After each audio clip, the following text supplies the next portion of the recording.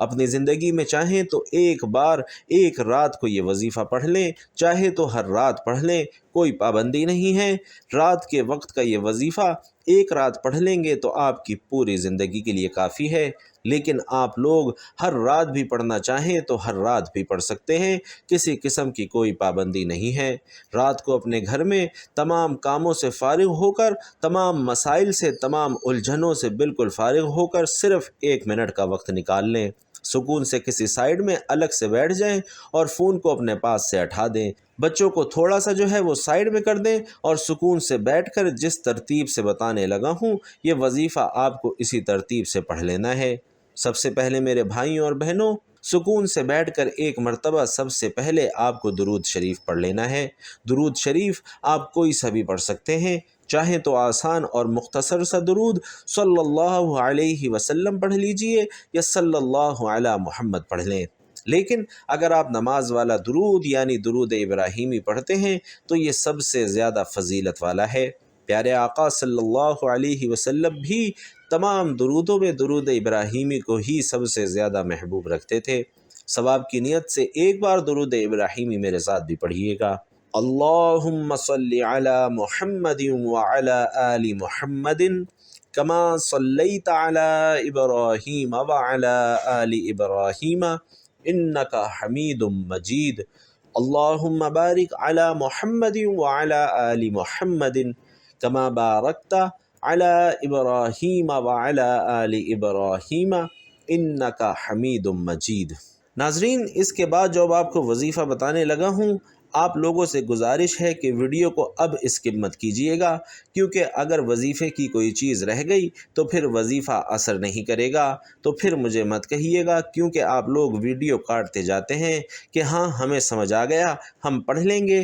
پورا عمل آپ کو جب سمجھ آئے گا جب آپ پوری ویڈیو دیکھیں گے، تو پورا عمل پہلے سمجھ لیجئے پھر کیجئے، فائدہ نہ ہو تو پھر مجھے کہیے۔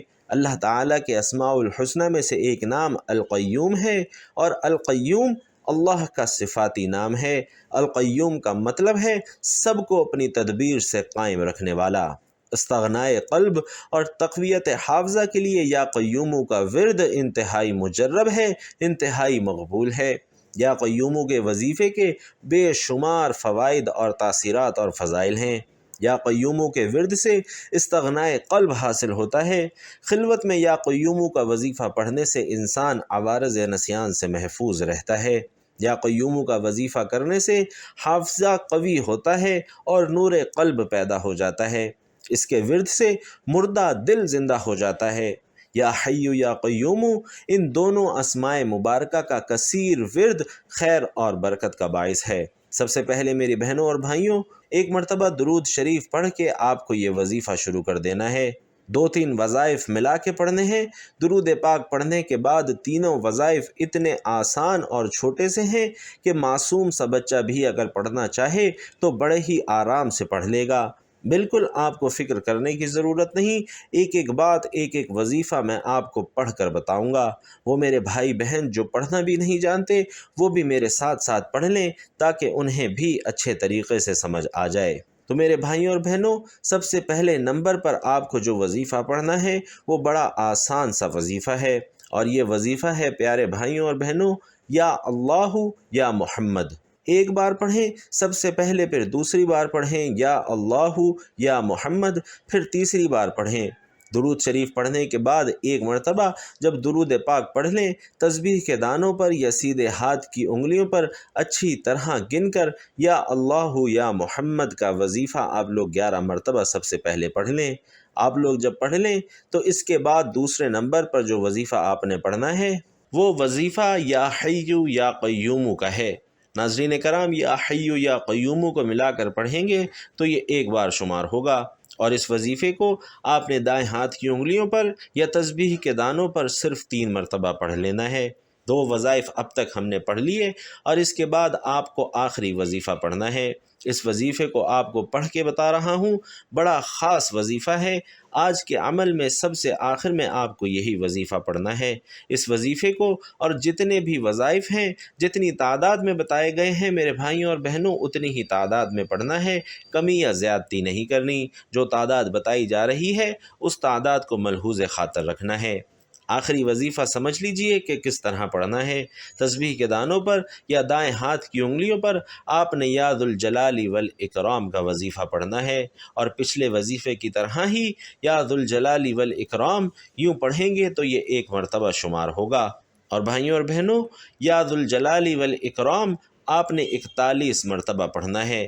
آخر میں آپ لوگ وہی درود پاک پڑھیے گا جو آپ نے عمل شروع کرنے سے پہلے پڑھا تھا۔ اب آپ کا عمل مکمل ہو گیا۔ اب اللہ سے دعا مانگیے، جو حاجتیں ہوں، جو پریشانیاں ہوں، ان کے لیے خوب دعا مانگیے۔ سیدنا ابو درداء رضی اللہ تعالی عنہ کی حدیث میں ہے کہ میں نے رسول علیہ السلام کو یہ فرماتے ہوئے سنا کہ جو شخص حصول علم کے راستے پر گامزن ہو، اللہ اس کے لیے جنت کا راستہ آسان فرمائے گا، اور فرشتے طالب علم کے کام سے خوش ہو کر اس کے لیے اپنے پر بچھا دیتے ہیں۔ اور عالم دین کی فضیلت یہ ہے کہ اس کے لیے زمین و آسمان کی ہر شے مغفرت طلب کرتی ہے، حتیٰ کہ پانی میں مچھلیاں بھی۔ اور عالم کی عابد پر فضیلت ایسے ہے جیسے چاند کی ستاروں پر فضیلت ہے۔ اور علماء انبیاء کے وارث ہیں، اور بلا شبہ انبیاء کی وراثت درہم اور دینار نہیں بلکہ ان کی وراثت علم ہے۔ جس شخص نے اسے لے لیا اس نے اس میں اپنا حصہ پا لیا۔ اور ناظرین، رزق حلال کھانے اور نیک اعمال کرنے کا حکم تمام رسولوں کو دیا گیا۔ ہر رسول کو ان کے زمانے میں یہ ندا فرمائی گئی۔ پاک رسولوں کو دیا گیا حکم ذکر کرنے کا ایک مقصد یہ ہے کہ رزق حلال اور اعمال صالح کی عظمت اور اہمیت خوب اجاگر ہو۔ دوسری حکمت یہ ہے کہ ہر نبی علیہ السلام کا عمل اس کی امت کے لیے ایک نمونہ ہوتا ہے۔ یوں جب امت اپنے نبی کے عمل یعنی رزق حلال کو نہایت اہمیت دینے اور نیکیوں کی طرف رغبت کا مشاہدہ کرے گی تو ان اعمال کی پیروی کرے گی۔ جیسے نبی کریم صلی اللہ علیہ وسلم کے اخلاق حسنہ اور عبادت و ریاضت کے واقعات بیان کیے جائیں تو لوگوں کو بہت ترغیب ملتی ہے۔ رزق حلال کھانے کا یہی حکم اہل ایمان کو بھی دیا گیا۔ چنانچہ اسی آیت کے متعلق نبی کریم صلی اللہ علیہ وسلم کا فرمان ہے کہ اللہ پاک ہے اور پاک چیز کے سوا کسی اور چیز کو قبول نہیں فرماتا۔